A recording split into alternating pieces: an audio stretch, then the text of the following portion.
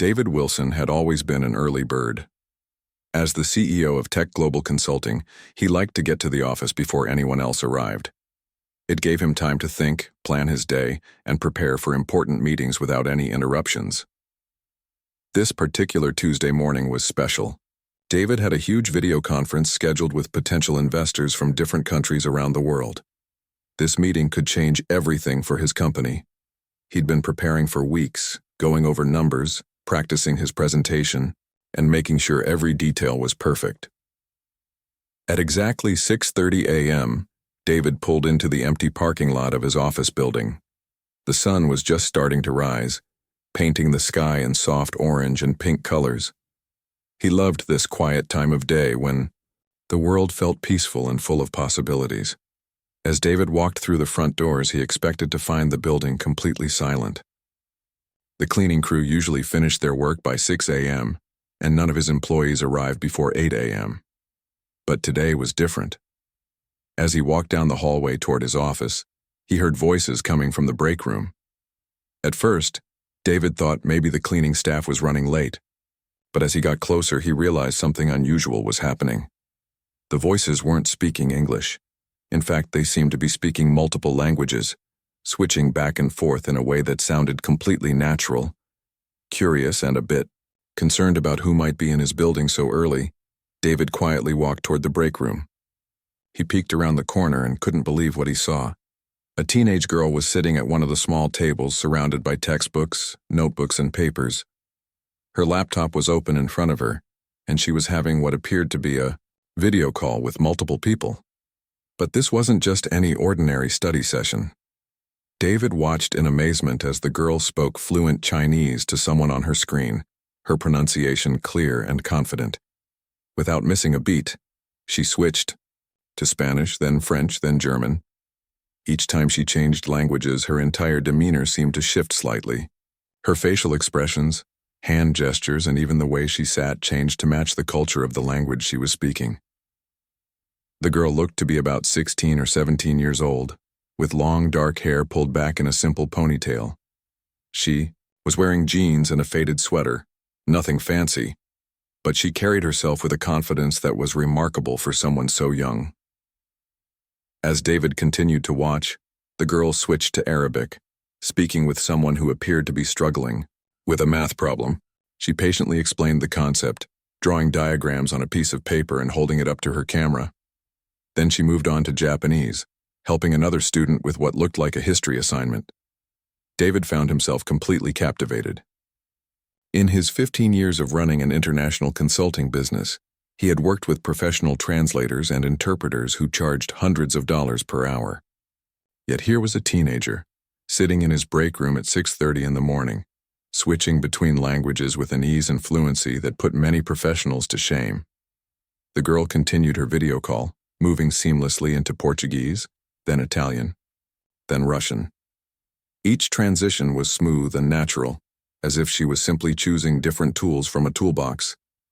David realized he was witnessing something truly extraordinary. As he watched, David began to notice other details. The girl's textbooks were worn and obviously secondhand. Her laptop was an older model with a cracked screen. Despite this, she was completely focused on helping each person on her video call, giving them her full attention and genuine care. After about 10 more minutes, the girl began wrapping up her conversations. She said goodbye to each person in their native language with warm, encouraging words that made David smile even though he didn't understand most of them. It was then that the girl noticed David standing in the doorway. Her eyes went wide with surprise and embarrassment. She quickly closed her laptop and started gathering her papers. "I'm so sorry," she said, her cheeks turning red. "I know I shouldn't be here. My mom cleans the offices at night and I just needed somewhere with good internet to do my homework. I'll leave right away." David held up his hand to stop her from packing up.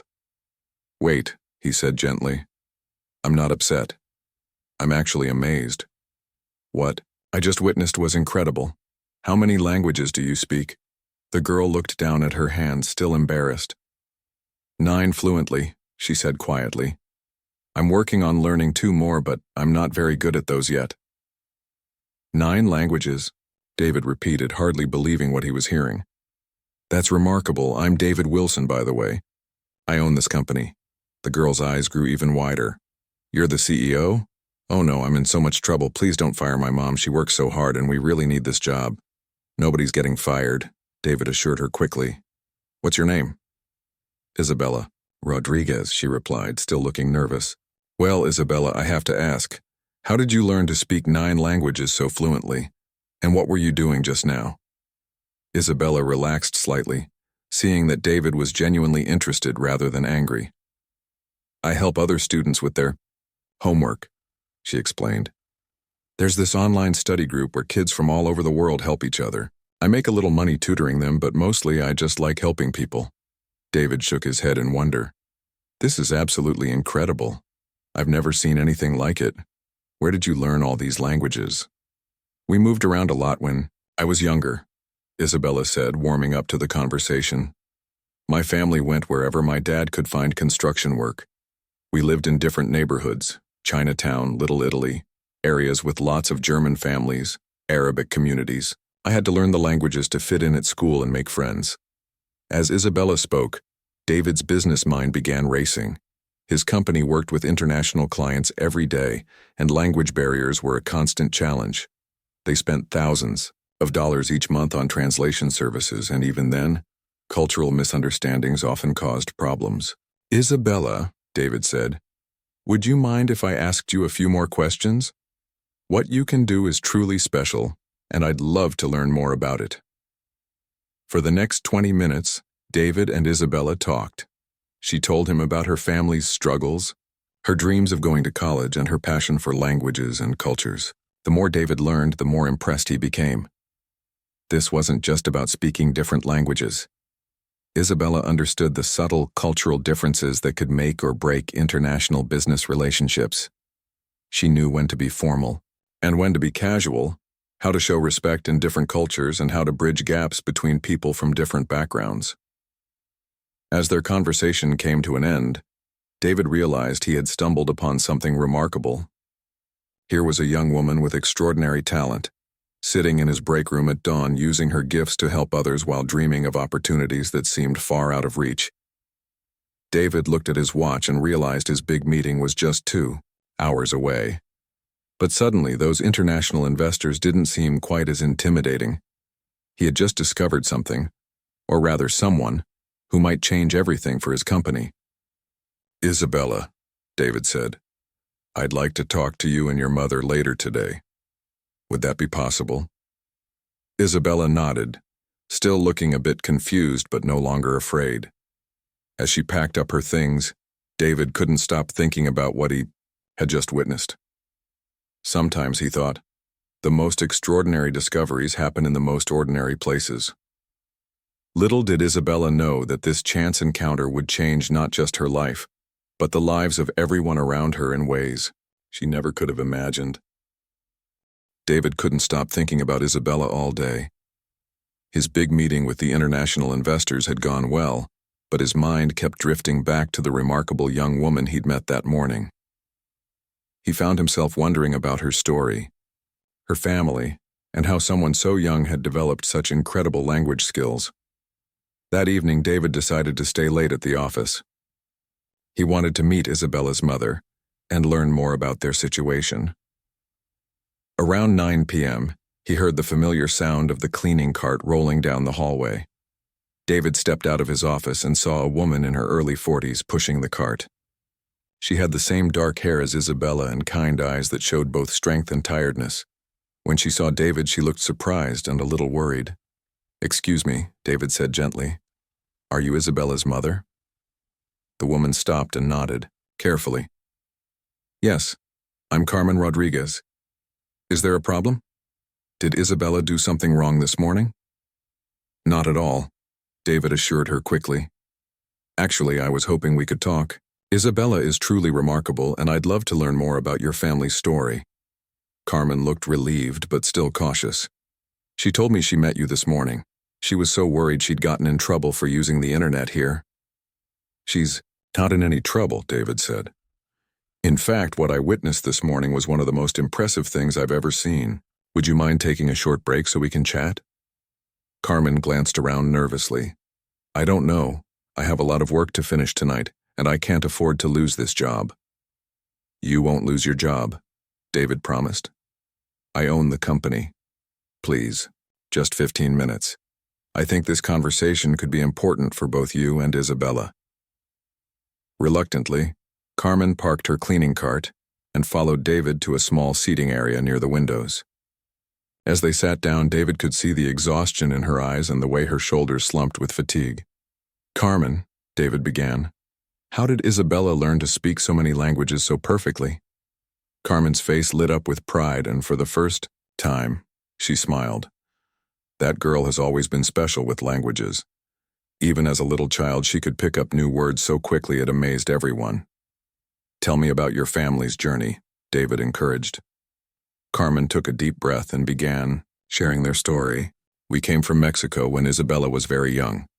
My husband, Roberto, he was a construction worker, good with his hands, very hard worker. But construction jobs, they don't stay in one place for long. She explained how they had moved from city to city, following Roberto's work. First, we lived in Los Angeles in a neighborhood with many Chinese families. Isabella was maybe 6 years old. She started playing with the Chinese children, and before I knew it, she was speaking to them in their language like she was born there. David listened intently as Carmen continued. Then Roberto got a job in New York and we moved to Little Italy. Same thing happened. Isabella made friends with Italian families, helped them with English, and they taught her Italian. She was like a little sponge soaking up everything. The pattern continued as the family moved to different cities and neighborhoods. They lived in a German community in Milwaukee, an Arabic neighborhood in Detroit, and a Brazilian area in Miami. Each time, Isabella adapted quickly, learning not just the language but the culture, the customs, and the way people thought. She never complained about moving, Carmen said with admiration. Other children would cry about leaving friends behind, but Isabella always said, "Don't worry, Mama. I'll make new friends and I'll still remember the old ones." And she did.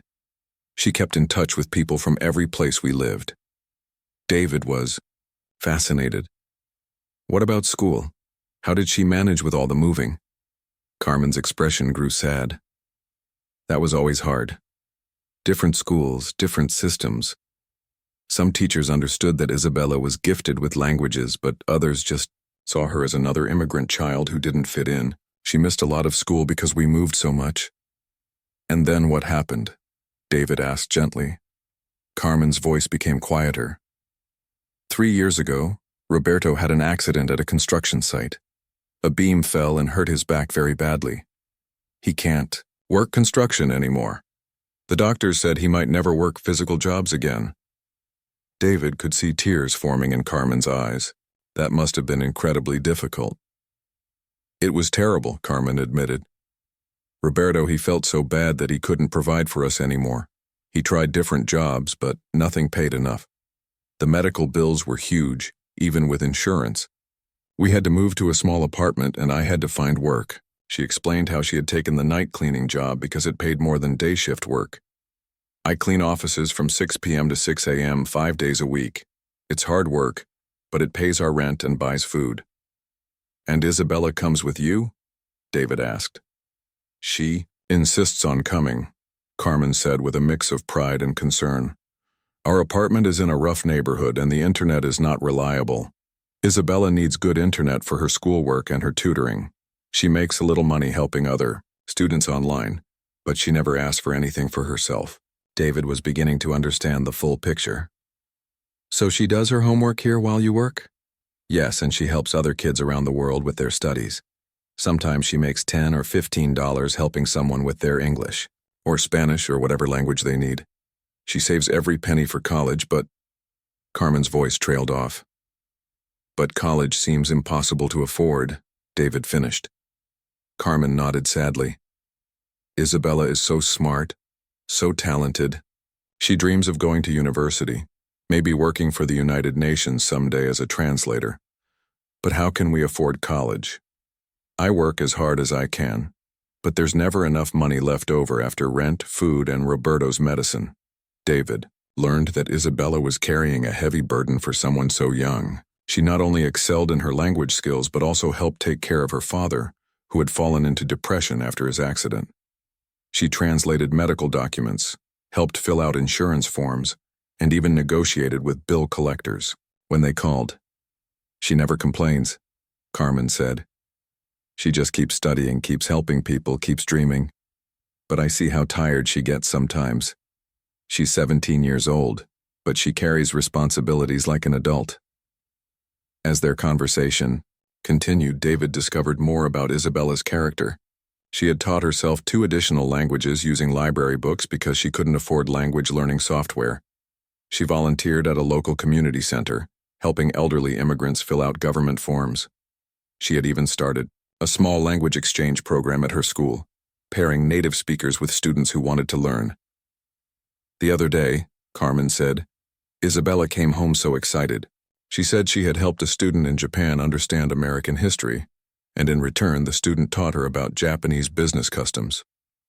She said, Mama, learning about different cultures is like collecting treasures. Each one makes you richer inside. David was deeply moved by Isabella's story. Here was a young woman who had turned every challenge into an opportunity to grow. Instead of being bitter about constant moving and financial struggles, she had embraced each new culture and language as a gift. Carmen, David said carefully, what if I told you there might be a way to help Isabella reach her dreams? Carmen looked at him with hope and skepticism mixed in her expression. What do you mean? I'm not sure yet, David admitted. But what I saw this morning, what you've told me tonight, Isabella has something truly special. Give me a few days to think about this. Would that be okay? Carmen nodded, though she still looked uncertain.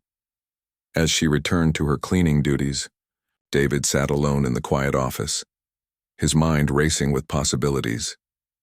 He had built his business on recognizing talent and potential, but he had never encountered anyone quite like Isabella Rodriguez. That night, David went home with a new sense of purpose. Sometimes, he thought, the most important business decisions aren't about profit margins or market share. Sometimes they're about recognizing extraordinary potential in unexpected places and having the courage to act on it. David spent the entire weekend thinking about Isabella. He couldn't get her story out of his head. Every time he tried to focus on something else, his mind wandered back to that remarkable young woman who spoke 9 languages fluently while sitting in his break room, helping students from around the world. On Saturday morning, David sat in his home office with a cup of coffee, staring at his computer screen. He had opened several browser tabs about employment laws, educational programs, and internship opportunities. He wanted to help Isabella, but he needed to make sure everything was done properly and legally. The more David researched, the more excited he became about an idea that was forming in his mind. What if he could offer Isabella a part-time job at his company? She would turn 17 in just 2 weeks, which meant she could legally work part-time while finishing high school. But David knew this wouldn't be a simple decision. He would need to convince his entire management team, and some of them could be quite stubborn about new ideas, especially ones that seemed risky or unconventional. On Sunday evening, David called his HR director, Patricia Chen. Patricia had been with the company for 8 years and was known for being careful about following all the legal requirements for hiring. Patricia, David said, I need to discuss something important with you. Can we meet first thing Monday morning? Of course, Patricia replied, though David could hear curiosity in her voice. Is everything okay? Everything's fine, David assured her. Actually, I think I may have discovered something that could be really good for our company, but I'll need your help to make sure we do it right. Monday morning came quickly. David arrived at the office early, as usual, but this time he looked for Isabella in the break room. She wasn't there, which made sense since she only came on the nights her mother worked. At 8 a.m. sharp, Patricia knocked on David's office door. She was a practical woman in her 50s with short gray hair and sharp eyes that missed nothing. She carried a notepad and looked ready for business. Okay, David, she said, settling into the chair across from his desk. What's this big discovery you mentioned? David spent the next 30 minutes telling Patricia about Isabella. He described her incredible language abilities, her family's situation, and his idea about offering her a part-time position with the company. Patricia listened, carefully taking notes and asking occasional questions. When David finished, she sat back in her chair and was quiet for a moment. "David," she said finally, "this is certainly unusual. We've never hired anyone so young for this type of role. Are you sure about this?" "I've never been more sure of anything," David replied. "Patricia, I've watched professional translators struggle with conversations that this girl handles like she's ordering coffee. She doesn't just speak the languages, she understands the cultures behind them." Patricia nodded slowly. "I can see why you're excited, but there are legal issues to consider. We'd need to make sure her work hours don't interfere with school. We'd need proper documentation. And honestly, some of the other managers might not understand why we're taking this risk. That's why I need your support," David said. "Help me figure out how to make this work legally, and then help me convince the team that this is a smart business decision." Over the next 2 hours, David and Patricia worked out the details. They researched labor laws for minors, discussed wage requirements, and planned how to structure the position. Isabella would work no more than 15 hours per week, with flexible scheduling around her school hours. She would start as a cultural consultant and junior translator, with opportunities for growth and mentorship.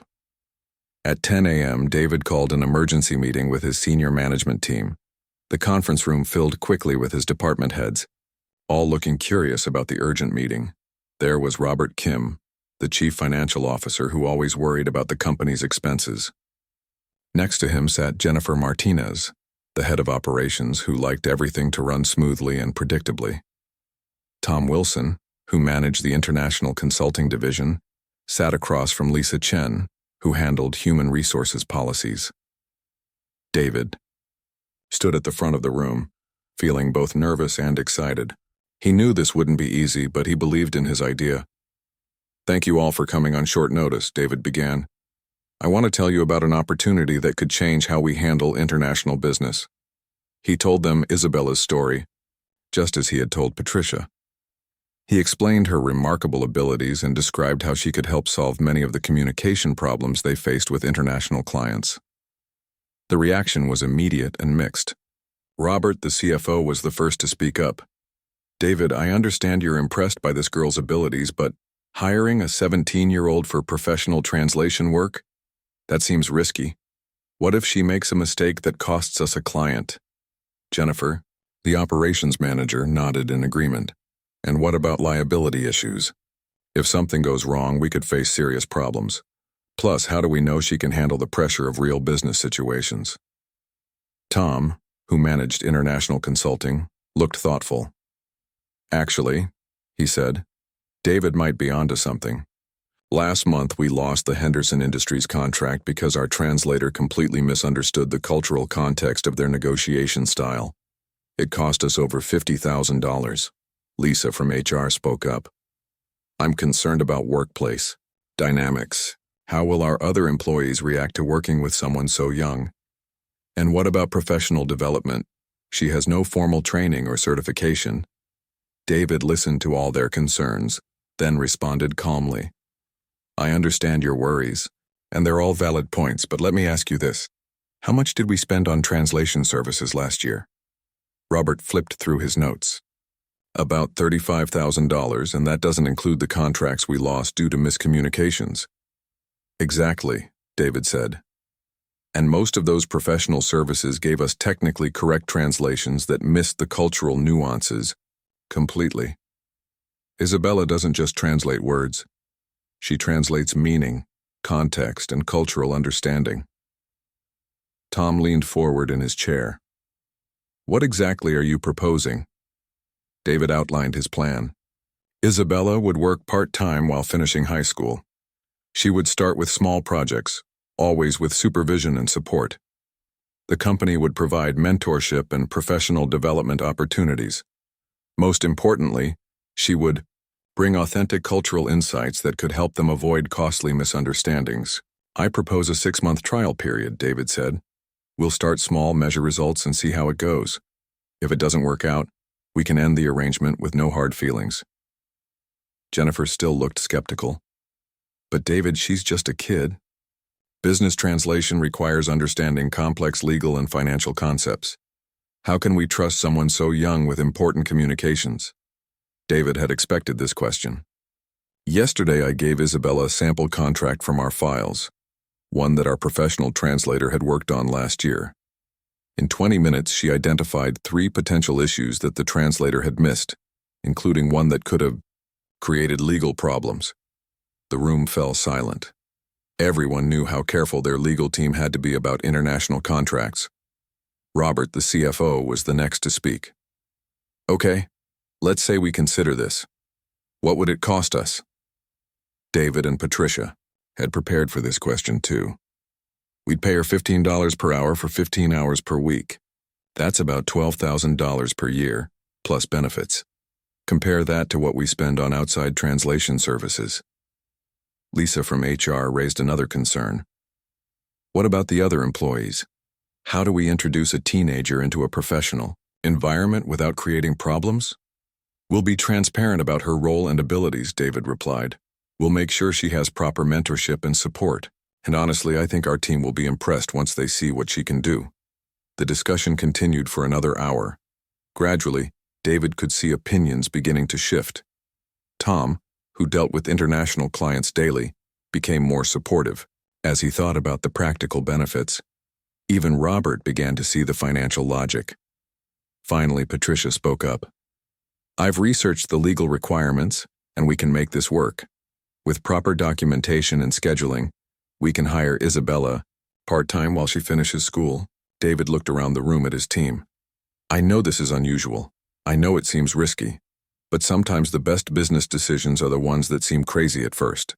Isabella has something special, and I believe she can help our company in ways we haven't even imagined yet."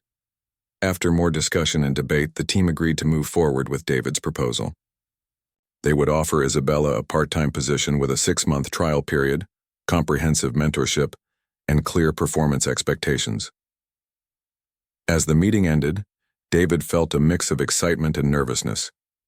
He had just convinced his team to take a chance on a 17-year-old girl whose greatest qualification was her remarkable natural ability with languages. Now came the hard part. He had to convince Isabella and her mother that this opportunity was real, and then hope that his faith in her abilities would prove justified. Isabella couldn't believe what she was hearing. She sat in David's office with her mother Carmen beside her, staring at the job offer letter on the desk. Her hands were shaking slightly as she read the words over and over again. "This is real?" Isabella asked, her voice barely above a whisper. "You really want to hire me?" David smiled warmly. "Isabella, what you can do is extraordinary. We'd be lucky to have you on our team." Carmen squeezed her daughter's hand. "Mija, this is like a dream come true." Isabella's first day at work was both exciting and terrifying. She arrived at the office wearing her best outfit, a simple black dress that Carmen had bought for her high school graduation photos. She carried a new notebook and pen, gifts from her father Roberto, who had tears in his eyes when she left that morning. Patricia from HR gave Isabella a tour of the office and introduced her to some of the staff.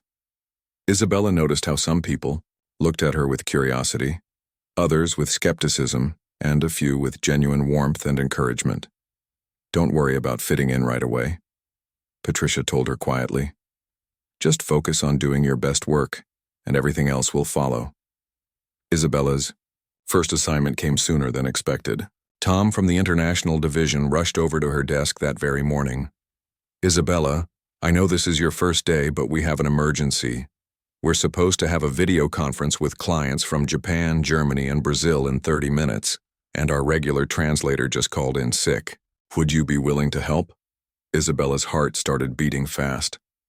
This was exactly the kind of situation she had dreamed about. But now that it was happening, she felt overwhelmed with nervousness. "I can try," she said, her voice steady despite her fears. The conference room filled with executives from Tech Global, while 3 screens showed clients from different parts of the world. Isabella sat at the table with her notebook, trying to look more confident than she felt. The meeting started well, with everyone introducing themselves in English.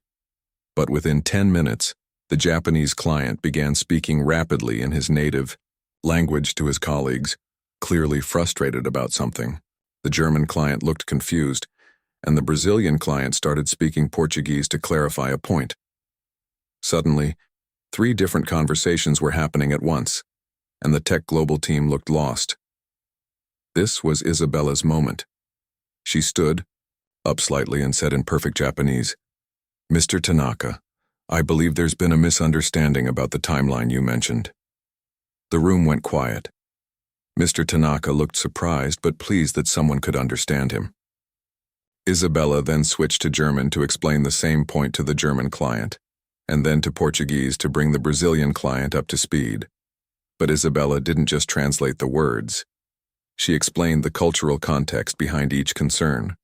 She told the American team that Mr. Tanaka's apparent frustration wasn't rudeness, but rather a Japanese way of showing serious interest in getting the details right. She helped the German client understand that the Brazilian client's questions weren't doubts about the project, but rather a cultural habit of thorough discussion before commitment.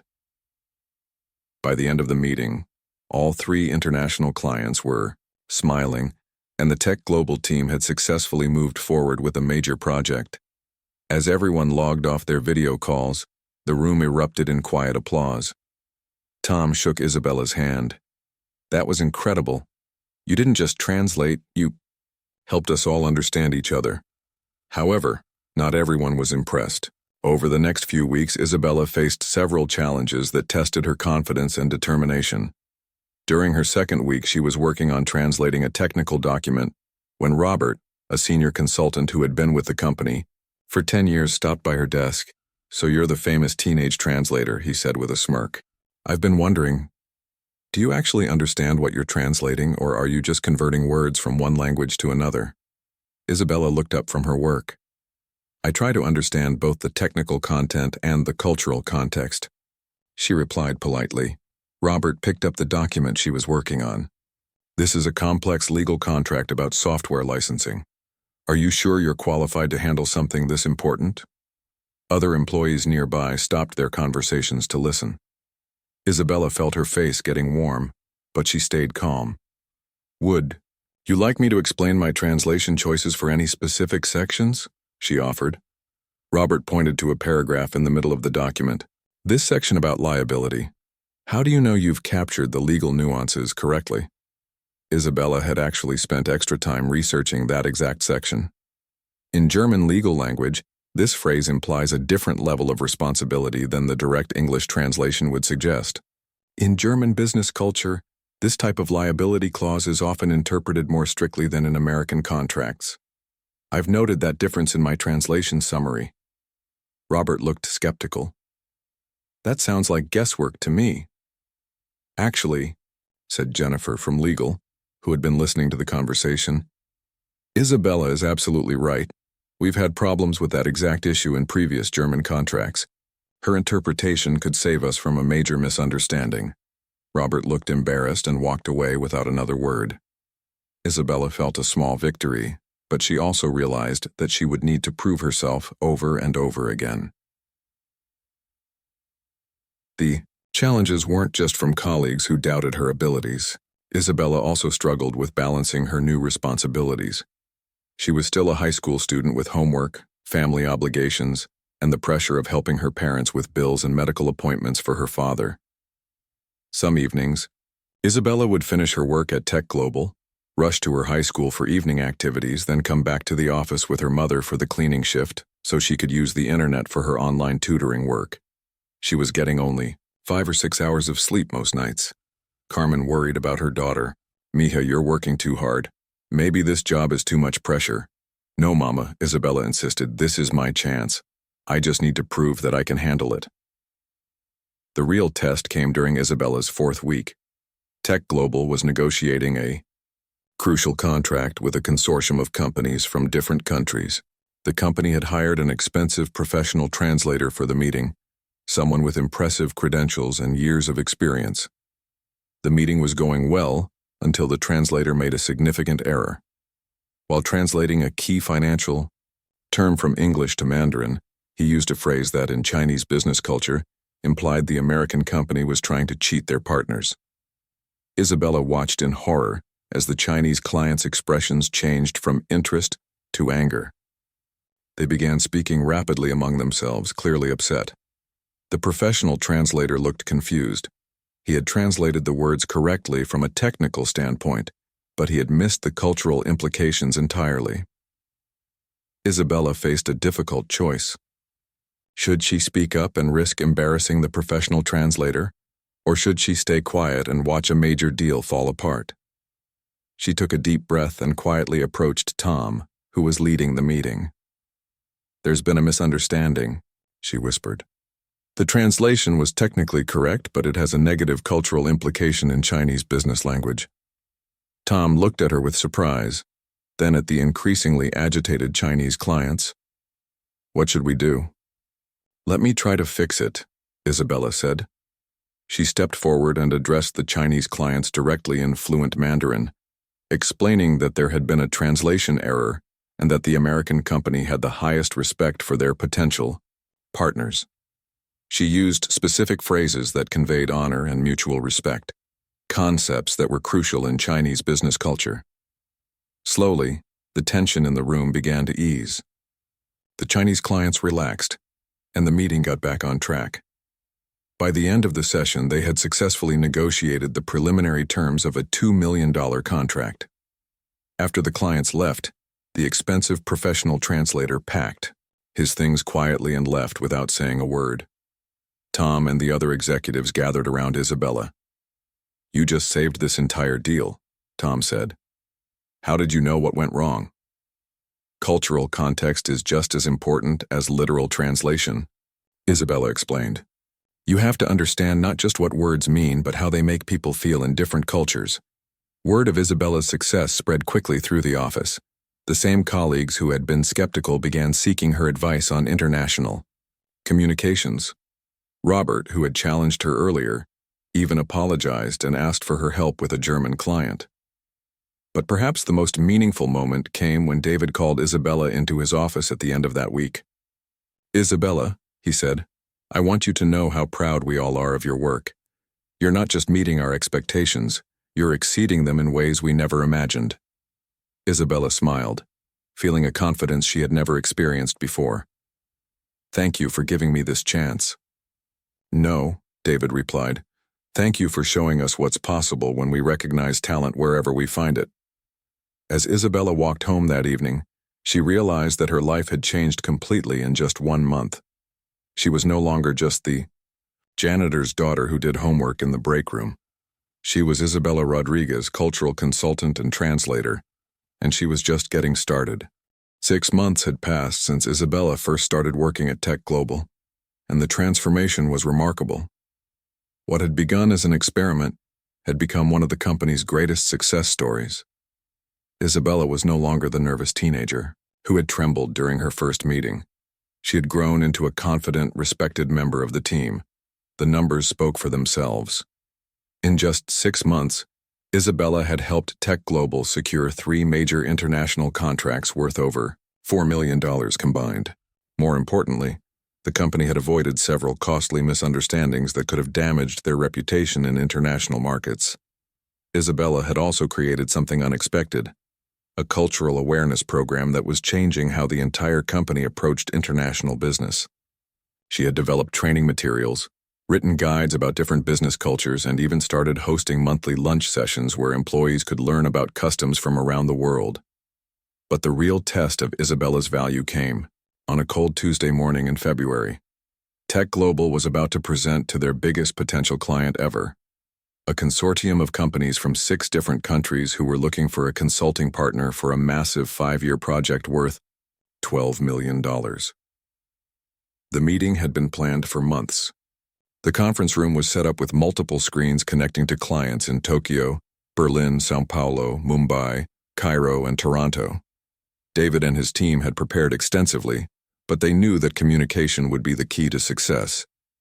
The company had originally planned to hire 3 different professional translators for the meeting, but Isabella had suggested a different approach. She proposed handling all the translation herself, with backup support available if needed. After her track record of success, David had agreed. As the meeting began, Isabella sat confidently at the conference table, her notebook ready and her mind focused. She wore a professional navy blue blazer that Carmen had bought her as a celebration gift, and her hair was pulled back in a neat style that made her look mature and capable. The first hour went smoothly. Isabella seamlessly translated presentations and questions between multiple languages, ensuring that every participant understood not just the words being spoken, but the underlying meaning and cultural context. Then something went wrong. The primary internet connection failed, and the backup translator who was supposed to be available couldn't connect to the meeting. For a few terrifying minutes, it looked like the entire presentation might have to be canceled, but Isabella remained calm. She quickly suggested using her mobile phone as a hotspot and helped the IT team establish alternative connections. Within 10 minutes, they were back online, and Isabella was once again facilitating communication between 6 different languages and cultures. The real moment of truth came when the client from Tokyo asked a complex question about liability and risk management. The question was loaded with cultural implications and technical legal language that could easily be misunderstood. Isabella didn't just translate the question. She explained to the American team that in Japanese business culture, this type of question was actually a sign of serious interest and trust, not skepticism. She then helped craft a response that addressed the legal concerns while showing appropriate respect for Japanese business customs. The client from Berlin followed up with concerns about timeline and efficiency. Isabella recognized that this reflected German business culture's emphasis on precision and reliability. She helped the Tech Global team frame their response in terms that would resonate with German expectations while maintaining accuracy. When the Brazilian client expressed concerns about flexibility and adaptation, Isabella understood that this reflected Latin American business values around relationship building and customization. She guided the team's response to emphasize Tech Global's commitment to partnership and personalized service. By the end of the 3-hour meeting, something magical had happened. The 6 international clients weren't just satisfied with Tech Global's proposal. They were excited about working with a company that clearly understood and respected their different cultural approaches to business. The client from Mumbai summarized it perfectly. "We've met with many consulting companies, but Tech Global is the first one that made us feel truly understood, not just heard." After the clients signed off from their video calls, the Tech Global conference room erupted in celebration. They had just won the biggest contract in the company's history, and everyone knew that Isabella's contribution had been crucial to their success. David stood up and addressed the room. "I want everyone to understand what just happened here. Isabella didn't just translate our words, she translated our intentions, our values, and our commitment to these clients. She helped us build bridges across cultures in a way that I've never seen before." The celebration continued as news of the contract spread throughout the office. But for Isabella, the most meaningful moment came when her phone rang and she heard her father's voice. "Mija," Roberto said, his voice thick with emotion, "your mother told me about the big meeting today. I am so proud of you. You've accomplished more at 17 than I ever dreamed possible." Isabella felt tears in her eyes. "Thank you, Papa. I couldn't have done any of this without you and Mama believing in me." 3 weeks later, Tech Global held its quarterly company meeting. These meetings were usually routine affairs where David shared financial updates and department heads gave progress reports. But this meeting was different. David stood at the front of the packed auditorium and began telling Isabella's story. He described how a chance encounter in the break room had led to discovering one of the most talented individuals he had ever met. He talked about taking risks, recognizing potential, and the importance of looking for excellence in unexpected places. Then he called Isabella to the front of the room. As she walked up the aisle, the entire company stood and applauded. Isabella felt overwhelmed by the recognition, but also proud of how far she had come. 6 months ago, David said, Isabella was doing her homework in our break room while her mother cleaned our offices. Today, she's one of our most valuable team members and has directly contributed to the biggest contract in our company's history. But David wasn't finished. He announced that Tech Global was establishing the Isabella Rodriguez Scholarship Fund, a program designed to identify and support other young people with exceptional but overlooked talents. Isabella showed us that extraordinary ability can be found anywhere, David explained. This scholarship fund will help us find other young people who might be sitting in break rooms or working in unconventional situations, waiting for someone to recognize their potential. The applause was thunderous. Isabella looked out at the audience and saw faces that had changed from skeptical to supportive over the past 6 months. She saw Robert, who had challenged her early on, but had become one of her strongest advocates. She saw Tom, who had given her that first crucial opportunity. She saw Patricia from HR, who had helped make her employment possible. But the biggest changes had happened at home. Roberto had found new purpose helping Isabella with research about different cultures and business practices. Carmen had been promoted to a day-shift supervisory position with better pay and benefits. The family had moved to a safer neighborhood with reliable internet, and for the first time in years, they weren't worried about paying their bills. Most importantly, Isabella had received acceptance letters from 3 universities, all offering full scholarships. She had decided to attend the local state university, so she could continue working part-time at Tech Global while earning her degree in international business and linguistics. As the company meeting ended and people began to leave, Isabella remained on the stage for a moment, looking out at the auditorium. She thought about that morning 6 months ago when she had been embarrassed about being caught doing homework in the break room. David approached her as the room emptied. "How does it feel?" he asked.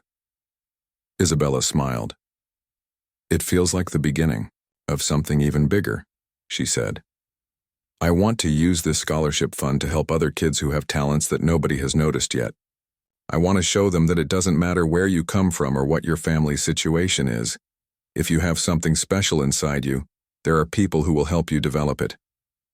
David nodded, knowing that Isabella's journey was far from over. She had already begun reaching out to local high schools, community centers, and immigrant communities, looking for other young people with hidden talents. As they walked out of the auditorium together, Isabella reflected on how much her life had changed. She was no longer invisible, no longer just the janitor's daughter. She had become Isabella Rodriguez, cultural consultant, scholarship founder, and inspiration to anyone who believed that talent and determination could overcome any obstacle. The girl who had once translated homework help in a break room was now helping to build bridges between cultures and creating opportunities for others to follow in her footsteps. And this, Isabella knew, was just the beginning of her story.